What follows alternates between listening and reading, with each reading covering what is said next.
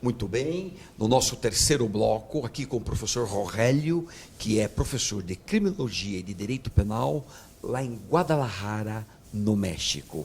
Está hoje nos visitando. Nós estamos aqui no Fórum Criminal da Barra Funda, onde está acontecendo o julgamento de Carla, acusada de ter matado o coronel Ubiratã. Estamos ouvindo então Rogélio, governo por meio do delito, cria um clima geral, todo mundo só pensa em crime, mais ou menos isso. No México hoje é uma realidade isso. Sí, y bueno, lo que se hace es la creación de tantas leyes y el aumento de las penas.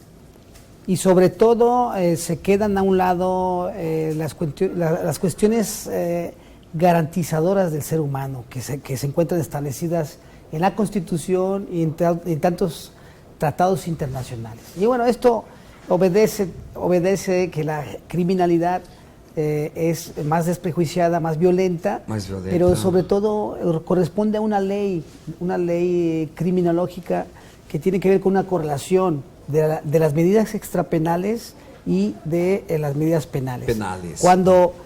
Cuando se disuaden las primeras, se aumentan y se extienden y se endurecen las segundas. Porém, as medidas não penais, que são as medidas preventivas, isso está acontecendo no México ou muito precariamente?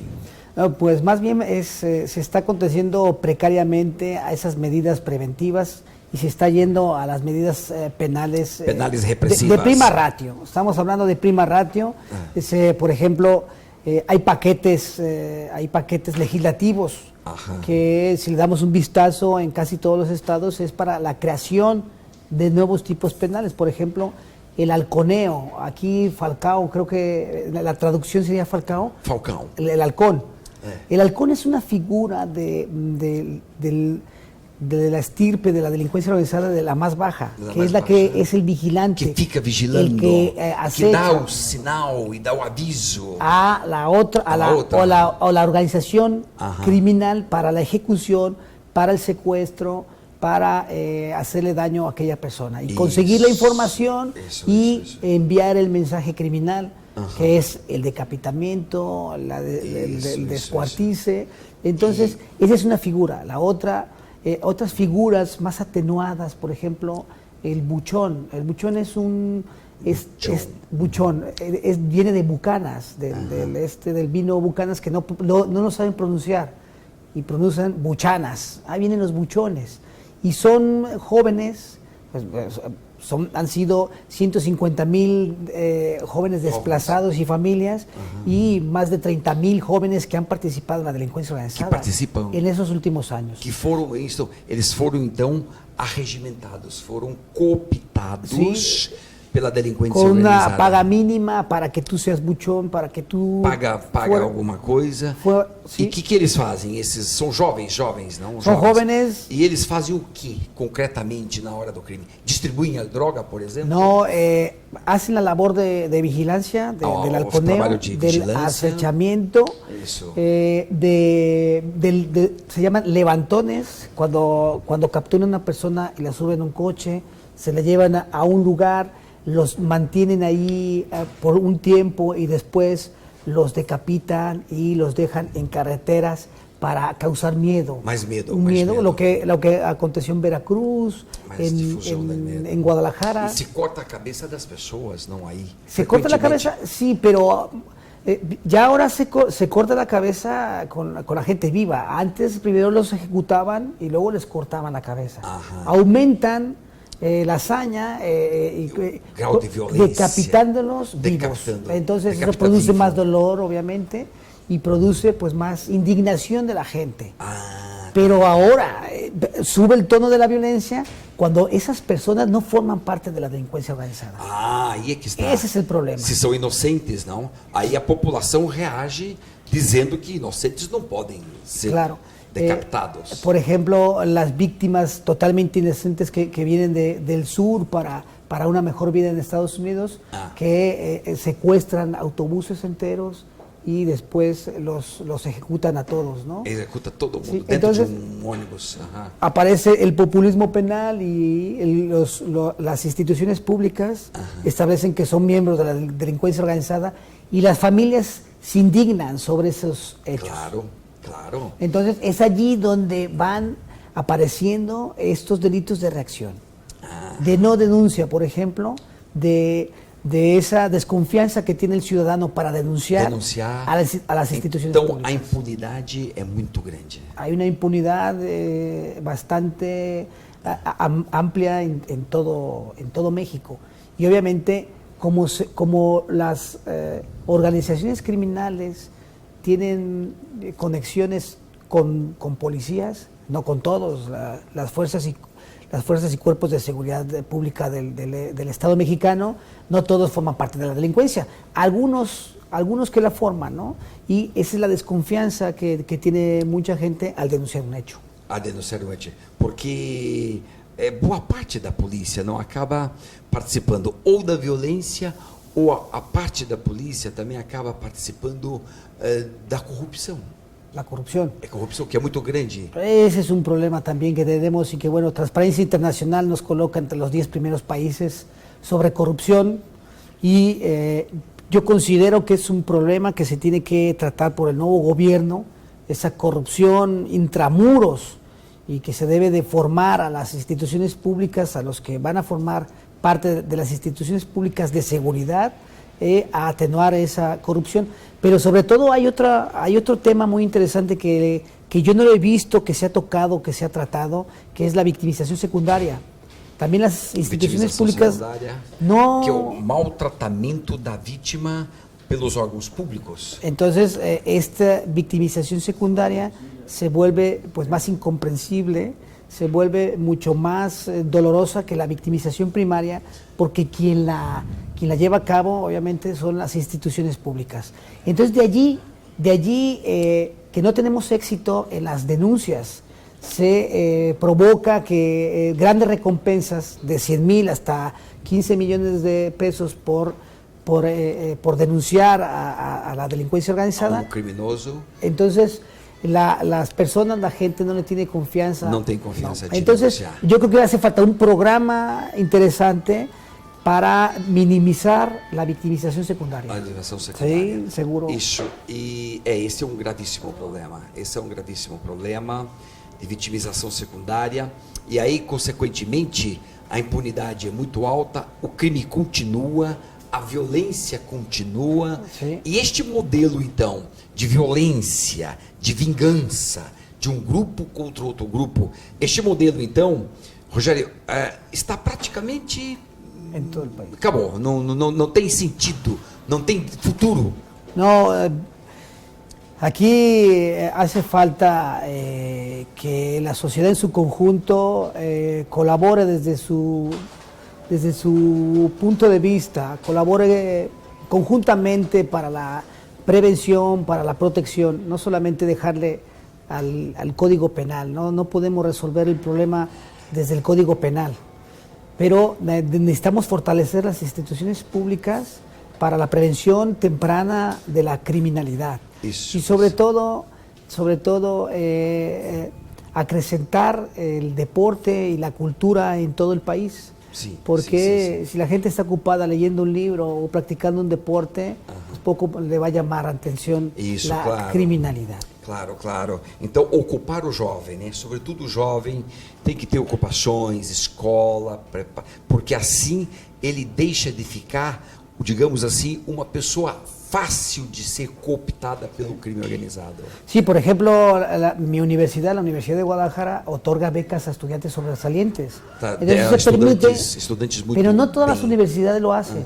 Entonces, mi universidad trata de ocupar, bolsas para estudiantes bons, né? Bolsas para estudiantes, para estudiar, para que salgan del país o en el mismo país. Y eso provoca incentivar a los estudiantes y alejarlos de la delincuencia. Porque por 200, 300 dólares a la semana, los estudiantes dejan de estudiar por irse a la criminalidad. Para ir para a criminalidad. Sí, y surge este modelo que te decía yo, que es el buchón, ¿no? Es un modelo de joven que viste con ropa cara, con lentes caros, quiere tener una mujer guapa, una camioneta. Mulher guapa do lado, uma Son caminhonete.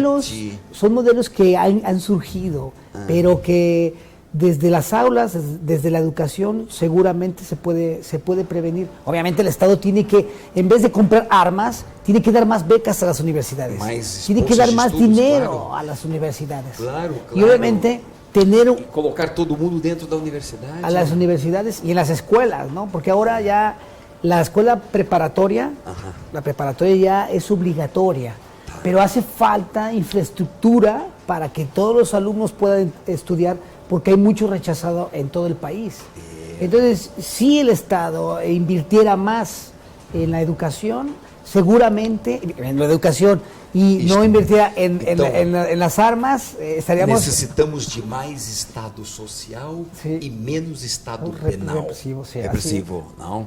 Há um autor chamado Vacan que ele denunciou exatamente todo este fenômeno nos Estados Unidos, dizendo: os Estados Unidos também fazem isso, é menos Estado social e mais Estado penal. E aí vai colocando todo mundo na cadeia. Entonces, el gobierno que adopta esta criminalidad para legislar, lo que tú decías hace un momento, lo hace, por ejemplo, para hacer acuerdos no muy claros con Estados Unidos, ¿no? Por ejemplo, tenemos el problema de Rápido y Furioso, que fue una fuga de grandes cantidades de armas que llegaron a la delincuencia organizada.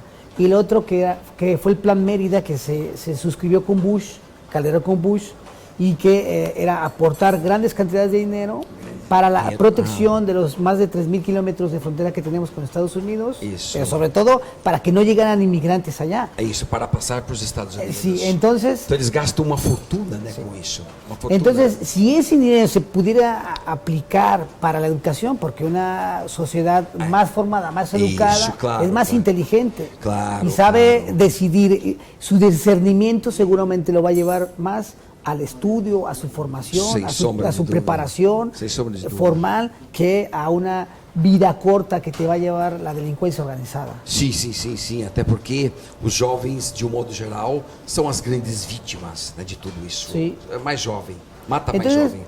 yo considero que tenemos dos visiones sobre el sistema penal. Una visión académica y una visión del Ejecutivo. En la visión académica, pues nosotros establecemos el derecho penal como última ratio, la utilización del derecho penal como última ratio, el derecho penal basado en principios generales.